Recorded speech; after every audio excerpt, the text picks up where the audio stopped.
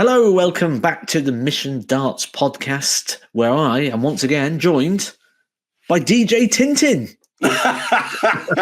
Very good, yeah. I wish I knew your wrestling name, Matt, and then I could have come back with that, but I don't know what it was. But yeah, episode 11, here we are. And as this goes out, we'll be in the middle of the Euro Tour finals, I believe. Oh, there'll be loads of things going on. By the time this goes out, we would be more than halfway through the series of Rate My Oche. Yeah. And before we start, because you know what happens? We start, Matt, and then 30 minutes in we go, oh, do you remember that important thing we needed to say? So here it is right now. It's Mission Launch Week. Halloween, the 31st of October.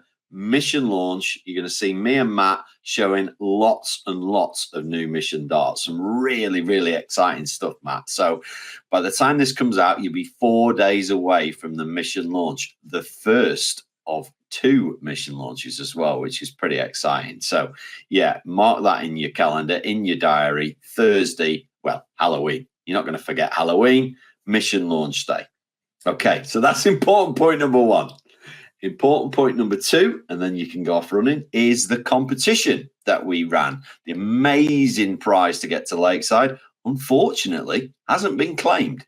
So we give the guy a few weeks. We've done multiple reminders, everything else, and it hasn't been claimed. Therefore, we have picked a new winner, and the new winner needs to get back to us, YouTube at missiondarts.com. The new winner is Scotty C 6341. That's Scotty C 6341. If you're watching this, if you're listening to this, if somebody knows you, get in touch, YouTube at missiondarts.com, and we'll send you details of the amazing prize that you've won. Over to you. First thing I want to talk about. Okay. We very nearly had a new leader on Rate My Oche because that episode, I mean, for me, I enjoyed watching it. I thought it was an absolutely brilliant episode.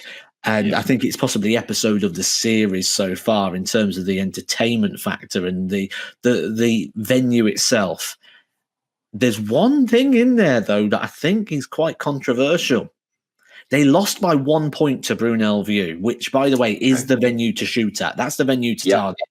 And we said last week there's a couple of places coming up that are going to rival it. This was one. There's another place coming up that's really going to push that hard. Yeah. But I'm still not convinced that board was a 5, Andy. It's always the category, isn't it? It's always the category. Look, I can remember it as if I'm stood next to it now. It had been turned at least 8 times. It had bulges on there, and you don't see many bulges these days. I mean, they remind me like the 80s dartboards. So, it was to be fair, 5 could have been less for me. I just have high expectations of boards these days. I really, really do.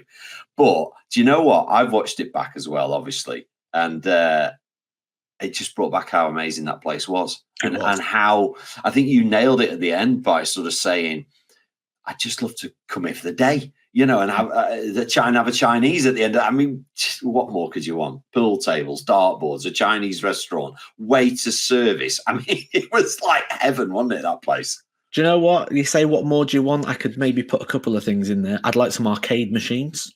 Yeah. The proper game, the joysticks, like the proper arcade machines, like a bit of Mortal Kombat, that sort of thing. Maybe a bit of Pac-Man. I think that would really cap it off. And I'm sure they'll be listening to this, and I'm sure they'll be going straight away, right, get some arcade games, get them back. Have you been to one of these where they convert a warehouse into like a retro arcade? Yeah, of course I have. Because there's one near me. Next time you're up, there's one at Bury called the Arcade Club, and I think there's about 500. It's ages away from Bolton. No, 20 minutes. Well, you'd know. Both in Grey and Manchester. Yeah, your geography's terrible, worse than mine.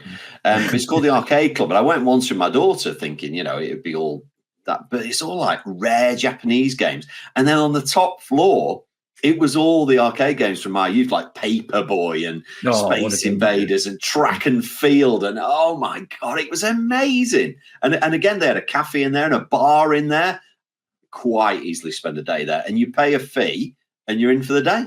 Remember when they brought darts computer games out, like on the Wii and the play? You probably don't know. Like the only Wii you know is when you go to the toilet 10 times a day. Yeah, no, I do. I do remember having a go at that. It's one of them things that if you play the sport, it kind of doesn't really do it for you. But if you're a very, very casual viewer, you can have loads of fun with it. So if like grandma's there, yeah, we go at darts, on the way, and she's like, yeah, 140 or whatever. But I think Phil Taylor endorsed that one, didn't he? But yeah. Do you know what? This could be our first interaction point. Because for me, I agree, they don't work. It's not like football and FIFA or wrestling, where there's lots of variable to it. And darts and computer games are so easy to master. You was always averaging 120 and, hitting 9 darters galore on there because it's so easy to master the game. Yeah. And then if the game is too hard to master, because you're only doing one thing, you're doing one throw, throwing the dart. If that is too hard, you don't play, and I might as well just play normal darts because it's just as hard. So I don't see how you can get enough variable in the throwing of a dart because there's no tactics to it like a football game. There's no tactics like a wrestling. Yeah, so I play golf on the PlayStation occasionally, and you've got things like you've got the wind to take into account. You've got the different grasses. You're in the rough. You're in the you hit it hard. You hit it soft. There's lots of different variables. But you're right. There's a dartboard. There's a dart. How difficult can you make it to hit that target? I suppose that's why it's never really succeeded as a concept, has it? Darts on console. No, I used to play one many years ago, right? And I can't remember what it was called, but there was like 4 cartoon characters that was on it. I can picture it in my mind, but I can't think how to describe it. And then there was like a power bar that went up at the side, and then you sort of threw the dart, and you could play against somebody.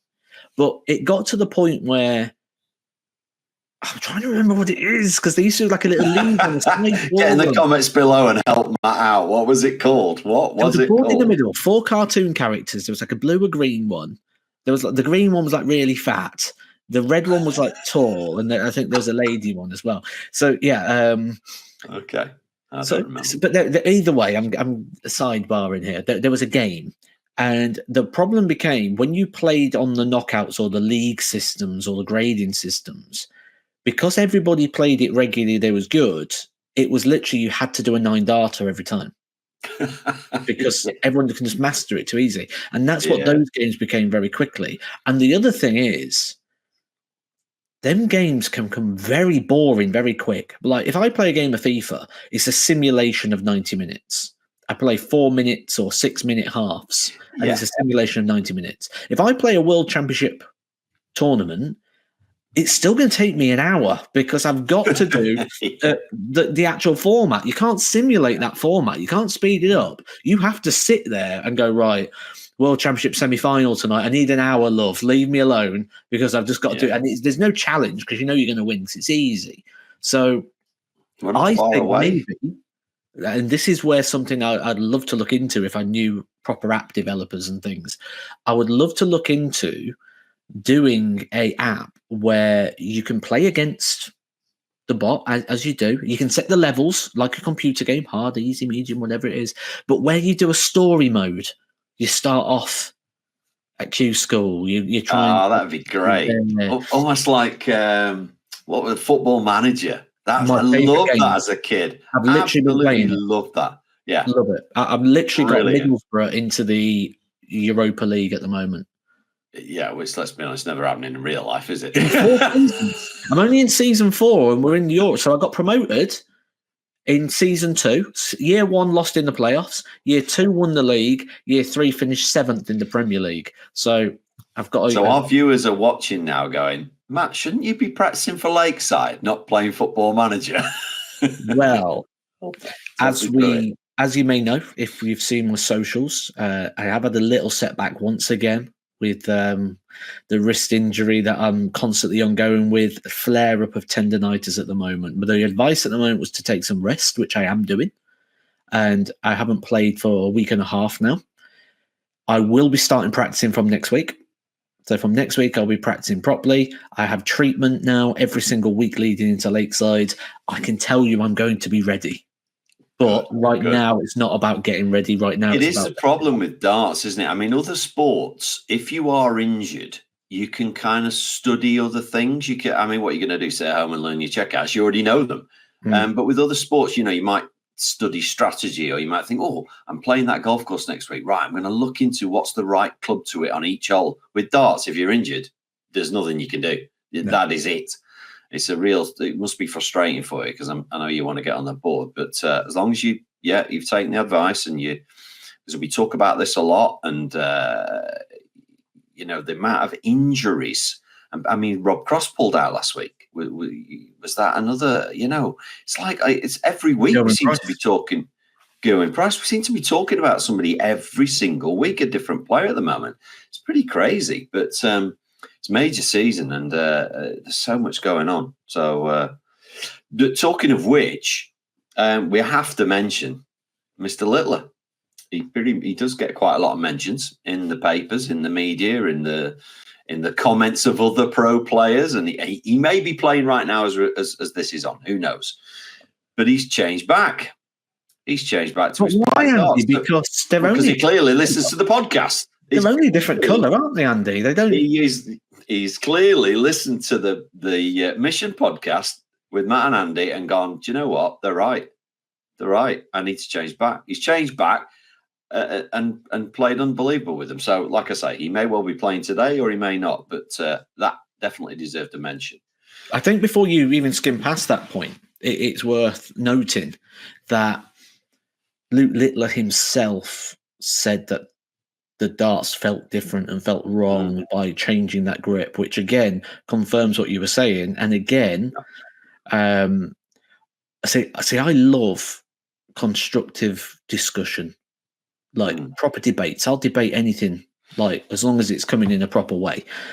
You got some comments that came in the wrong way. Do you know what I hate? When someone makes a comment and then they go ha ha ha ha, or put loads of laughing emojis, and it's like, well, you've just lost the opportunity to have a debate straight away because you've presented it in a very childish way.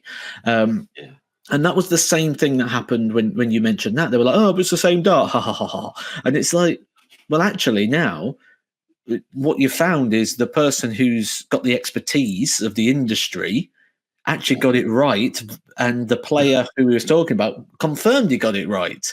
So I wonder if those people are going to come back and retract the ha ha ha ha. And sorry, Andy, maybe you do know what you're on about.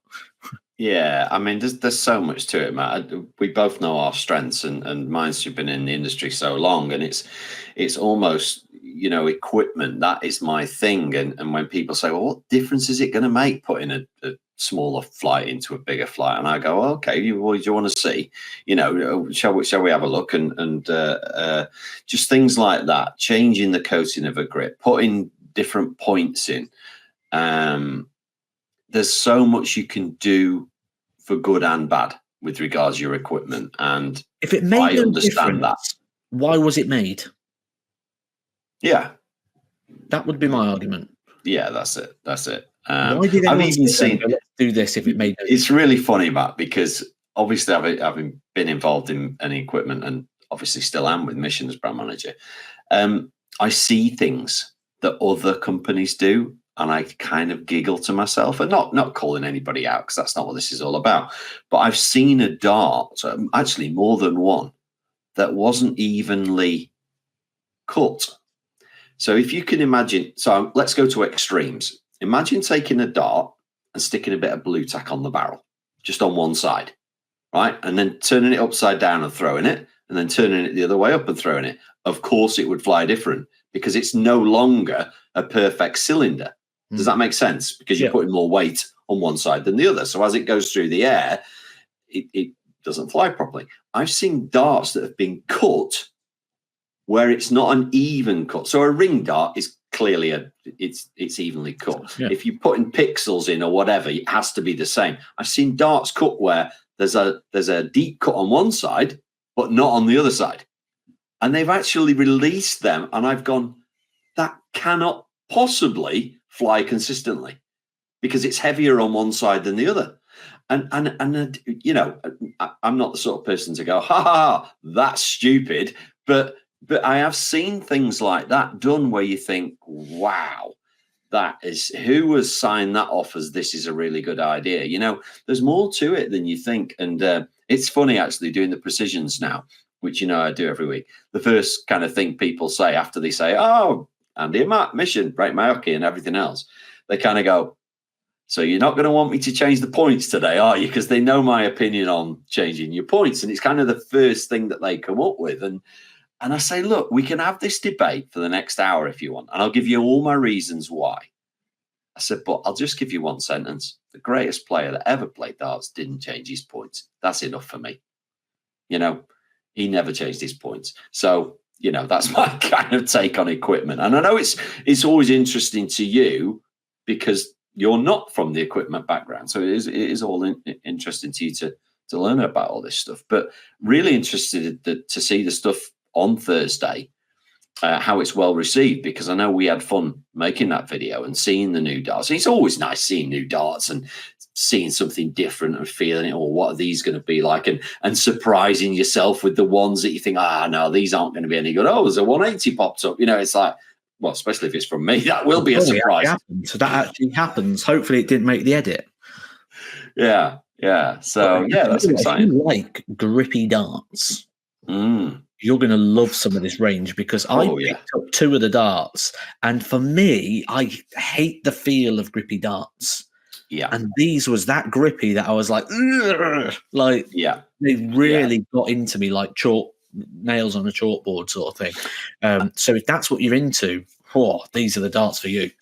Yeah, and it's interesting because when we do a Rate My Oche and we walk in somewhere, invariably they're brass darts or they're cheap tungsten or whatever it is, and you just pick them up and you're straight in. Ton 40, no problem.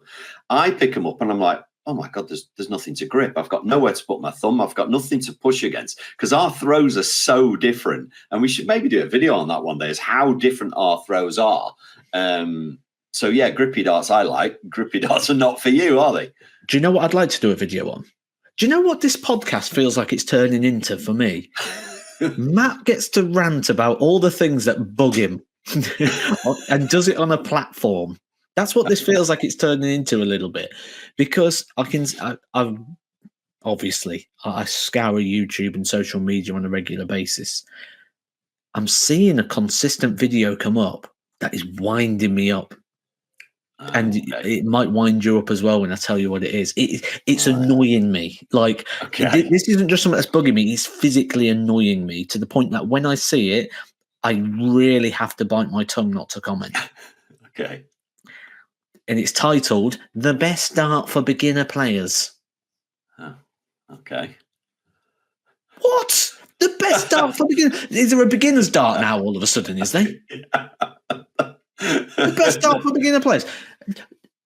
What sort of nonsense is that? No, it is. How can you define a beginner dart? You can't.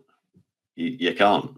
Unless they're going along the angle of it's inexpensive. So, you know, if you're a beginner, pick up these at 20 quid. They're a decent dart. But certainly to say this is a dart for a beginner, a beginner might pick that up and miss the board. It's absolutely stupid. What's next? Left-handed dart. Best darts for left-handed players. Absolute nonsense. And the thing is, these videos are getting like big views. I feel like we should do it and go best dart for beginners, and then just like show like 1,000 darts and like go. There isn't one. Yeah, could be any of them. Yeah, like there's unless what they're saying is, it's a ring grip dart with a central balance point. So like you just go, that's a simple to judge where you want to go in regards to the balance point. Are you in front, behind, on? But a beginner dart, I've heard it all now. Like, that's a new one on me. Yeah, maybe the next follow-up video is going to be the advanced dart. You know, like, right, you've bought the beginner dart, you've got quite good. This is the next level. You know, I mean, that doesn't make sense. It doesn't make any sense whatsoever. It's one of the most ridiculous things I've ever heard in my life. When you actually stop and think about what you're being told in that information, a beginner dart. Yeah, I mean, I've only got to look at the precision fittings and the people that walk through the door with the open mind. You know, they've really gone, look, I really don't care what I end up with. I'm up for this. Are the ones that get the most out of it. and it can be a county player, and they go out with what you would call a fairly basic dart, or it could be a beginner. Beginner's dart. No, not a beginner's dart, as in a fairly basic dart. So just a sort of silver colour, a few rings on it, whatever. But it's totally different for everybody. And even to the point of two guys come in and you think, wow, they're like brothers. They throw the same, they grip it the same, got completely different darts. So that there's no way you can say this is a beginner's dart. Go and buy a set of these. I mean, that's just nonsense. 100%. At some point in their life, they have been sent for a long wait, and they've done it. Yeah. That's the type of person we're dealing with here. They have gone for a long wait somewhere. Yeah, left-handed screwdriver or something like that. They've been done over like every day of the week, and then someone's gone, oh, can you make a video on the best beginner dart? And they've gone, I'll do that. Yeah, and then they've done and then they've had to try and justify a beginner dart. Do you reckon they've done how to boil a kettle and how to open the fridge? And no, that sounds a bit too up there. Like maybe it's like how to boil a beginner's kettle. How to slice a cucumber for beginners. Yeah, because what you do when you get a kettle, you don't want to go complicated, you go electric. So what you got to do, you got to put this on the stove first. Yeah. When it starts whistling, then you can you take it off. Then you can progress to this kettle where you just push the button. Do you know what? It's funny you've just said that, because I've just moved and I've been the last couple of houses that I've been in over the last 15, 20 years. I've had these induction hobs, where it's flat and it doesn't get hot until you put the pan on. And I quite liked it, to be honest. Really easy to clean. Sounds like a very advanced hob. Yeah, an advanced hob. Yeah. So anyway, so I've moved into here and it's gas, right? Now, I haven't used a gas hob for, like I say, it's over 20 years. Now, I'm not going to go, oh, my God. I am actually. I'm going to say, I forgot how to use it. So I've turned the gas and gone, I can hear the gas. And I'm thinking, what do I get? Do I get a lighter thing out? And then I'm like, no, of course you don't. No, the gas ignites. How do you ignite the gas? I'm pushing it down and then I realize there's a button, an ignition button. And I swear, honestly, for about 3 minutes, I was stood there struggling to light a gas hob. And the gas had been going that long, so the room went boom. Yeah. Fire brigade came out. No, but yeah, it's amazing how when you get used to something for so long, and then you go back to something like that. I guess that'd be. I mean, I've had an electric car now for 5 years. I bet if I got in a car with a clutch now, I'd be like, "Whoa, what's that all about?" Or gear stick. It's getting very advanced up there in Bolton. You're not getting me this time. Somebody mentioned last week, or we mentioned last week, about walk-ons. We had a right good chat about walk-ons, man. Yeah. And we were saying, really, other than Wayne Mardles, you were sort of saying there's nobody. I think I came up with Van Dijvenbode, and you kind of went, yeah, I'll give you that one. Anyway, somebody's come up with this week, or put in the comments, Steve Hine, the Muffin Man, giving out muffins in an apron on his way out. And I'm going to give him that. I think that's a good shout. Do you know what? The one I like the most, I mean, people go to the Ali Pali one where he practically stripped off on stage. But the one I loved the most was the World Match Play one. So you're going to talk me through it. I don't remember. World Match Play Blackpool is playing Wayne Mardle, comes on stage. He's got muffins everywhere. He saved a muffin for Mardle. Right. Okay. So he's got this thing. Got the muffin, gives Mardle a muffin. Mardle's like pulling faces, like what on earth's going on here? Steve has a bite of one of the muffins, puts it on the table. And this is all stuff you don't see on camera. I know it's because Steve's a friend of mine. Puts it on the table while he goes off like waving everything. Comes back and Mardle has thrown the muffin on the floor. Muffin everywhere on the Winter Gardens floor, like where all the camera crew are going and that. And he didn't enjoy it, shall we say? He didn't like. Do you know what? We always have one of these kind of top 3 things every week, and that reminds me of kind of top 3 things that have happened on. Yeah, you're going a bit blurry again, but people can still hear you. Top 3 things that have happened on stage, unusual things that have happened on stage, and 2 just came to mind. You mentioned about almost taking his shirt off. Do you remember who famously took his shirt off at the end of his game? Colin Lloyd. Yes, Colin Lloyd. And then who knocked a jug of water off the table? Or was it a glass of water? Van Gerwen against Barneveld. Yeah, against Barney, yeah. And Barney just sort of turned around and looked at him. And Van Gerwen was like, I've never seen anything like that before. But yeah, Colin Lloyd taking his shirt off. In fact, Colin Lloyd punching the dartboard. Punching the board, yeah. Remember Gary Anderson, Wesley Harms, Fartgate? Oh, yes. Yeah.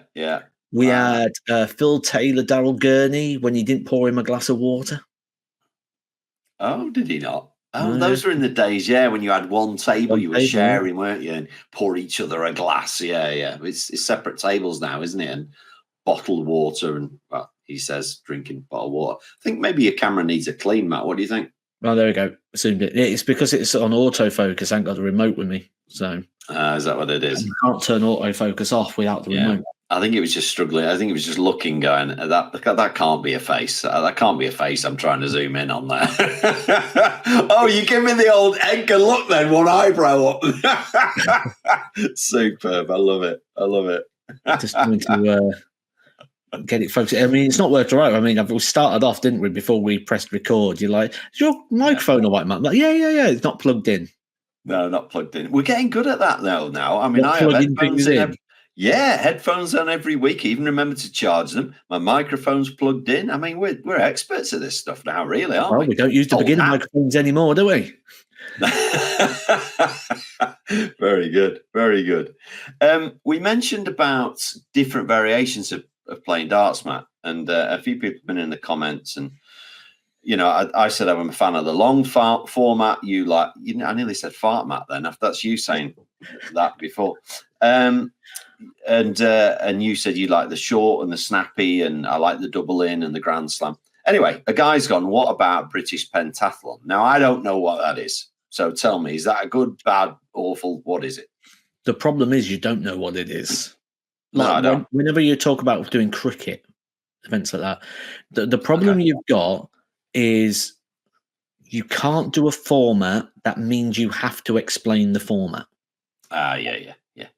Yeah. I work in broadcast. So, and within that, my job would be because the other thing is you've got to remember that a viewer doesn't traditionally watch every moment. Some people will, but if you're doing a tournament that's a week long, who watches every single minute of that broadcast? Certainly when we do Super Series or when we do a Euro Tour or a Pro Tour or a Women's Series, you need to remember that the viewers are coming in and out of the broadcast. Very rarely does someone watch the whole thing. And if they do, a lot of the time they'll have it on playing in the background while they do something else, or they'll pop off in between things. So they might not hear information that explains the format. So with that, you'd have to explain the format almost every game. So the people that do understand it feel like they're being talked down to. And you're right. If somebody jumps in mid-game on a game of cricket, they'd be like, what on earth is going on? Turn it off. Whereas they know 5:01, the score's coming down. Yeah, they know what's going on. And you can work it out yourself. Like if the format's easy enough to work out, 3:01, it's just a variation. 5:01 double start. Oh, it's the same format. They've just got to start with double. And that explains itself. The action explains itself. Why someone's throwing for a treble 15 doesn't. And why doesn't he just throw at the 20s? Oh, because the 20s have been killed off. How can you kill off a number? Like, it poses questions that you need answers to, and you can't have that. So, and that's just like one. Now, imagine if like this was broadcasted to 500,000 people. How many of those 500,000 people would understand it? And if people don't understand what you're watching, you don't enjoy it. And if you don't enjoy it, you turn it off. There's too much choice these days. So, if this format was invented years ago, when you only had black and white TVs and 3 channels, people would take the time to understand it. Where now they'll just go watch some Netflix or some YouTube, or I'm just going to scroll TikTok for an hour, or whatever they're going to go do. If they don't get it, you won't watch it. And there's so much competition and choice out there. Why would I try and watch something I don't get? Yeah, it's interesting you said about black and white and stuff, because I actually I'm old enough to remember that, and remember the old Decca TV with 3 channels on it. And you've probably still got it. Mate, do you know what? The most interesting thing, I've moved house, I bought a new telly. I think it's kind of like a thing, and you got to have a new telly for your new house. So I put it up on the wall the other day. My daughter came in and she went, "Wow, the picture's amazing." And I felt like saying, imagine what it looks like to me. Because, back in the day when it was like, 10 pixels on a screen, something silly. They're just incredible TVs now, aren't they? I mean, so sharp. And it is a pleasure to watch the darts now. It really is, because you can see every minute thing, the tiny corners of the trebles and doubles. It's fantastic, the TV quality. Be really interesting now to put one side by side, like a 1980s telly and a 2024 telly. The difference would be incredible. We've only got to look at programming as well. Like if I watch, like, I'll tell you one I did do actually recently. I found Saved by the Bell. Remember that show? Yeah, that rings a bell. There you go. Yeah, okay. One of everyone's first teenage crushes. You had Kelly Kapowski, you had the Pink Power Ranger. They were the sort of go-tos. But Saved by the Bell, I watched that, and it's on square TV rather than widescreen. We forget that it used to be square. So you got 2 banners down the side of your TV for starters, and you're watching it like, wow, this is like awful. And the ironic thing is, it's the quality is obviously nowhere near today's quality, but the equipment of which you shot it on, you used to have to shoot that on cameras. You used to have to carry on your shoulder, like massive cameras. I mean, I remember on film as well. It wouldn't have been digital; it'd been on film. Yeah, imagine that. You used to have to have, like, for a hard cam, you used to have to sit down on it to be able to turn and move it. It used to be that big. So it's mad when you see how much things. But you can see it, like, now you can get TV quality off your phone. It's incredible. The phones, isn't it? I saw a stat that like a phone is 100 times more powerful than the biggest computer in the world was in 1960 or something, that was controlling NASA. And you're like, what? Really? Oh, it's crazy. And this is where I think industries are going to suffer from it, because it's like when I make thumbnails, for example, if I want to cut a photo, I press one button and AI does it for me. I ask AI, it does it. Yeah. If you go to a theme park now, if you go to a theme park, there used to be photographers who would take family photos in front of green screens or in front of rides or different things. Nowadays, why would you pay the photographer to do the job when you've got a phone that pretty much does the same quality? So it's going to end up changing industries and changing professions. Do you think we could say to AI, right, do a podcast as Matt and Andy? Good luck with that one. It could, enough words. You only need so many words said for it to be able to pick up all the different sounds and things. So someone could have us singing like Christmas songs at Christmas, like using AI. Someone's going to send us that now, aren't they? Matt and Andy singing "Merry Christmas, everyone." No, I think I've mentioned this before. I think we'd be more suited to Chaz and Dave. But Matt, I'm going to jump into the comments early this week, because we always do them at the end, and I thought we won't do this week. We'll do them, mix it up, variety. Yeah, we'll mix it up. Life. It is indeed. So, and one of the comments is quite apt, because LIASOS88, I don't know whether that's Leah SOS88, has put, why am I getting Back to the Future vibes from Andy? Now, this is probably because every week I reminisce about something. I show my age, and this week it's TVs. That's. It might also be the fact that you do it with a very poor filter on, so every time you move, you're like, you look like an alien from one of those really B movies. We need to get some green screens for it. But again, the problem is, Matt, we're always in different places. Oh, let's not hide from this fact, Andy. You got green screens. Yeah, it was the green screens that was the size of the warehouse you was talking about earlier. But they're going to be put to very good use in the studio. But yeah, they were too big. So and he orders green screens, and he's like, "Stick that in your car." I'm like, "How? I need a van.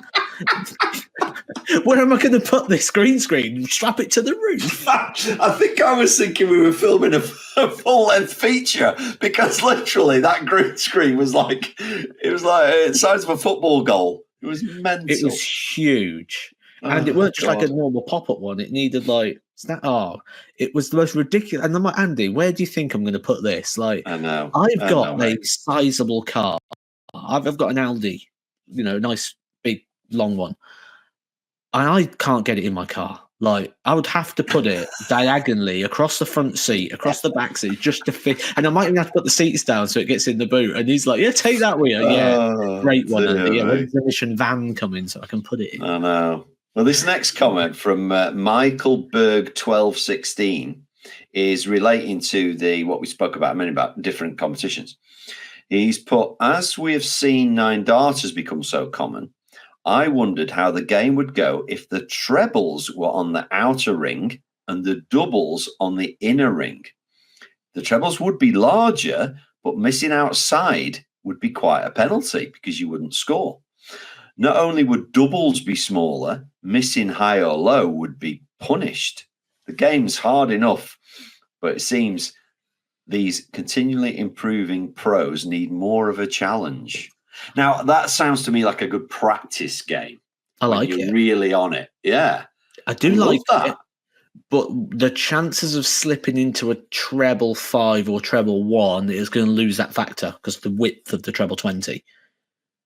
I would imagine we won't get many stray darts left and right. Yes. How many trebles can you put into a double? Like 2.5, maybe? Width-wise? Yeah, but yeah, I mean, it's just different, isn't it? I mean, it reminds me of the old, the quad board days when there was a tournament with that, wasn't it? Where you could score 4 times the treble. Oh, the Yorkshire board with no trebles. They still play that a lot around here. I don't know whether they play over your way, around the board. I had to go. They throw from 6 foot. I had to go once. I missed the board because you're that close. Your normal throw, he just goes way too high.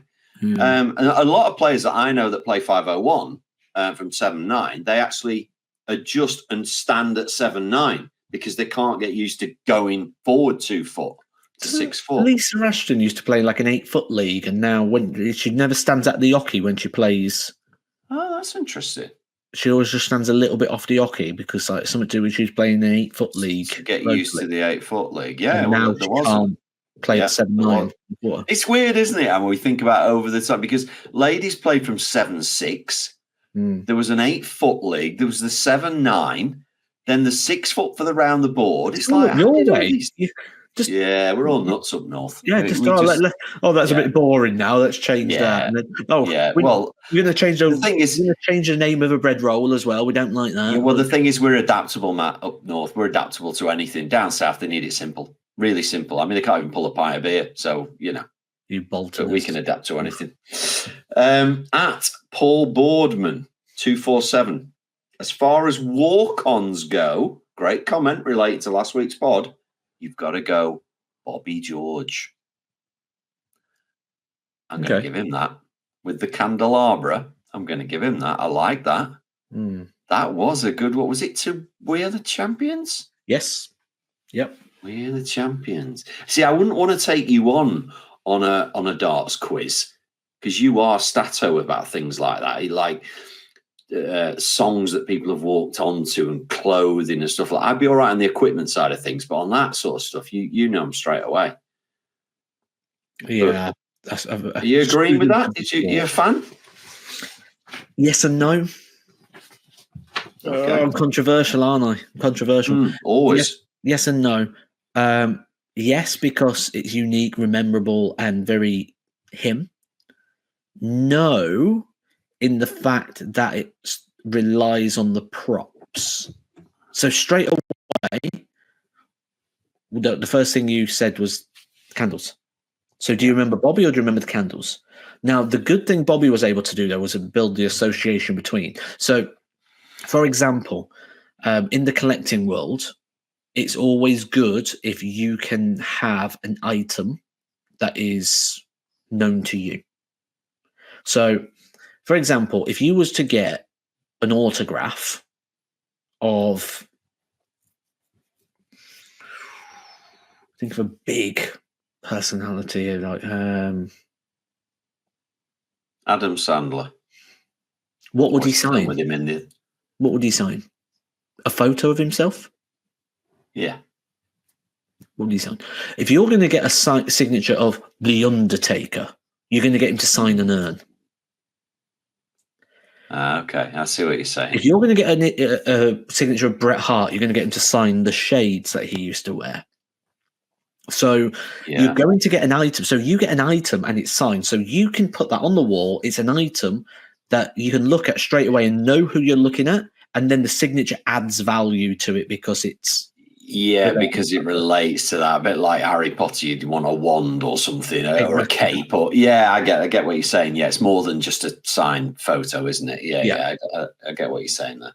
Yeah, no, that sounds fair. So, in fact, let's delve a little bit personal. We don't get that personal on the podcast, but share with our viewers. Is there anything you do collect, or is there anything you don't collect, Matt? I know you do. What's your favorite thing? Right now, you can only collect one more thing for the rest of your life. What are you choosing? Where you go? I'll tell you where I am, because I only collect one thing. I collect whiskey. Okay, so I had many years ago, I had a whiskey shop. So I got into whiskey and traveled around Scotland, around all the distilleries, and I was big into whiskey. So I collect whiskey from a distillery called Ardbeg, which is on a beautiful place on the Isle of Islay, west coast of Scotland. Only inhabitants of 1,500 people and 9 whiskey distilleries on the island. So amazing place. So that's what I collect. I don't collect anything else, nothing other than whiskey from Ardbeg. So you are only allowed to collect one thing. What is it, Matt? I collect wrestling figures, Power Rangers, Turtles. Real ones? Teenage Mutant Ninja Turtles. Oh, okay. Yeah, not real little turtles in a tank. Yeah. Okay. Corinthian football figures. They're the little statue with the big heads. Oh, yeah. Okay. Flick marbles, pro match cards, pro match medallions, signed memorabilia. I'm trying to think what else. There's loads of things I've got. You realise you're leaving all this to your kids and they're throwing it straight in the bin. You know that, don't you? No, they'll sell it. They'll sell it. Yeah. No, some of it will be, I'm sure some of it will be very valuable. It's a bit like Pokemon. Did you get into Pokemon? Was that your thing? The Mrs. Pokemon. Okay. That. So, I've got a massive collection of lots of different things. And I've got to say, some of it has even been gifted. Like, so from my own channel at Christmas time, people they know I collect football figures. So there's some football figures. Okay. That's nice. Which is great. So maybe I might get a bottle of whiskey then. That'd be good. You get a Tintin photo. Oh, thanks very much. Yeah. So that's good. And I always go to a toy fair at Christmas. So my Christmas is a 4-day event. Like, when Christmas comes round, you'll barely hear from me, because for me let me mark that down in my diary. Edgar-free week. See, I don't think Christmas is a 1-day event. That's why it's called a festive period. Yeah. So, I mean, certainly the Christmas experience for me is Christmas Eve. Go to the cinema, go out, do all something Christmas Eve. Christmas Day is obviously Christmas Day. Boxing Day is the 1 day a year I go to the bookies. Wow. Yeah. I thought you were going to say that I have a few drinks, because I do. People on the podcast probably don't know you're not a big drinker at all. I mean, I'm not a massive drinker, but I like a drink, and I've been in the booze trade for a lot of my life. So I drink. So absolutely, I have a drink. Yeah. Oh, you do. I overeat massively. I have Blue Wickeds. I have cider. Right. Okay. I go to the bookies and because there's so much football on and horses and things. And what I like to do is I like to do it with I don't want to do it online. I want to get the receipt. So I go to the bookies, I get the receipt, I sit down with my pen and paper, marking it all off as we go. Wow. The day after Boxing Day is the NEC Toy Fair, which is the biggest toy fair in the UK. It's 500 plus stalls. Please tell me you take your kids and you don't go on your own. Oh no, it's sometimes my son likes to go. Okay. I'd have to go on my own, but my son does like to go as well. It's the Toy Fair, so it's all collectible toys, like all old stuff. And I normally end up spending way too much, but that's my day. That's my day. And well, just to give you an idea, right? Last year, so I got some money off the family and things like my mom, people like that, because they know I go to the toy fair. So there was like, look, we don't want to get you something you don't want, so just take this to the toy fair. I'm like, okay, cool. I won on Boxing Day, so my bets came in as well. So you had some more money. So I had a pocket full of cash, and I've gone in there, and by the end of the first row, I had already spent 500 quid, and I'm like, this needs to. I need to curb this down because I've got a long way to go. It's probably the biggest spend I've ever done on a day at the toy fair. I broke 4 figures in buying toys. So you are a big kid at art. That you are. What's the kid called that never grew up? Benjamin Button or something. Have I got that completely wrong? I don't know. The kid that never grew up. That's you, isn't it? Anyway, I thought, we were doing comments, weren't we? Yeah. So at Nutvoberg4236 says, to pick up on Andy's thoughts, in soft tip darts, there is a master out variant for leagues in the medium performance range where you can check out on a treble. I love that idea. I love that. I do and I don't. I do because if people, but to understand the maths of that's going to change the game completely. Yeah, but imagine you've got like 50, I don't know, 39 left and you've only got one dart left. You can still check out. You've missed, you've got 51 or you can check out 180 or, I like that.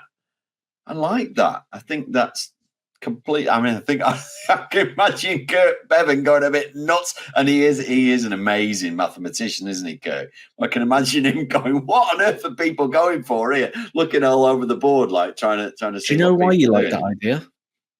Why? Because he said it's for the mid-range performer, and well, I'll take that as a compliment these days. anything above, is it not for the beginner? I think that should be the title of today's video. Beginner darts. Beginners. Yeah, we're absolutely beginners. Talk about the best beginner darts. Yeah, absolutely. Yeah. So Steel Otter 501 must be a darter. Right. So I remember reading this. So this is in relation to the way you read it and then laugh, and it's like, you'd have read the comments, picked it out, written it down, and now you're sort of like, because it's bringing it back to me when I read it, because this is going back to, like, we've talked on the podcast about exercising, about looking after yourself, about things that you can do. So this guy's put, my mentor would say, go for a swim in the morning twice a week, practice boxing twice a week, play badminton, croquet, pinball, randomly, and don't forget to visit physiotherapy. Coming from that train of thought as darts practice, could you maybe do a series on where you visit all kinds of sports and ask them for exercises to benefit darts players? That's quite interesting, because you're pretty good at this. You're from that background. You've done coaching, sports physiology and all that sort of stuff. But that would be interesting to go to somebody and say, right, if I want longevity in the world of darts, what exercises should I do? And what should I definitely not do? What can I do to stop me getting tennis elbow, getting what's the carpal syndrome? Carpal tunnel syndrome. What can I do to prevent that? I don't play anymore, but I find that really interesting. Maybe we should go and visit somebody. Well,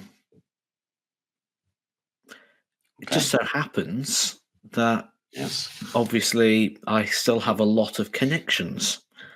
Okay.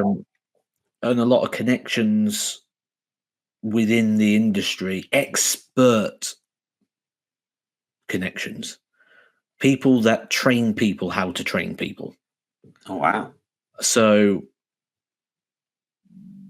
I would say it's very possible. It's very doable. But if we're going to get the interest of the type of level of person I'm talking about here to come onto the channel, we're going to need more subscribers. Okay. Because it's going to cost. It's going to up the budget. It's not so much the budget. It's so much to get them to say, right, actually, no, I'm going to take a day out to do that. So at this point, if you want to see that video and you're not already, go hit the subscribe button. If you are on the channel and subscribed, you can still play a part. Go find your favorite video, whether it's a Rate My Oche, whether it's a tips video, and hit the share button on the video and share that on your own platforms. That will help us grow this channel. It'll help us grow our reach. And by doing so, I'll be able to make things like this happen. But yeah, to strike the interest of these people, to get that real expertise. Like I say, I can give you the answers. I can give you some answers, but I can only give you answers so deep. We need that next level knowledge, and that's where these guys will come into play. So if you want to hear them on the channel, guys, subscribe. If you've already subscribed, share. The other thing you can do, if you don't want to share it on your channels or on your socials, make sure that every video you watch, hit that thumbs up button. What that does is that tells YouTube that you are enjoying the content. So it goes, if you're enjoying it, other people will enjoy it as well that watch the similar content to yourself. Yeah, and while we're on that, I want to know in the comments who's listened to the podcast since the start, because this is growing now weekly and we're getting a loyal following. Who's listened to all 11 episodes so far? Are you in the club? That's what I'm calling it. If you've watched every episode, you're in the club. I know we're getting people saying, oh, I'm going back and watching the old ones now and listening to those. So I'm interested to see, not just who's liking it, but who's watching it every week or listening every week. Yeah, interesting. But yeah, I'm sure we can get that guy on. I'm sure we'll get some more subscribers and we'll get there, Matt. Anything you dream, I'll make happen. Oh, great. Well, while we're on that, we're going to talk about my salary.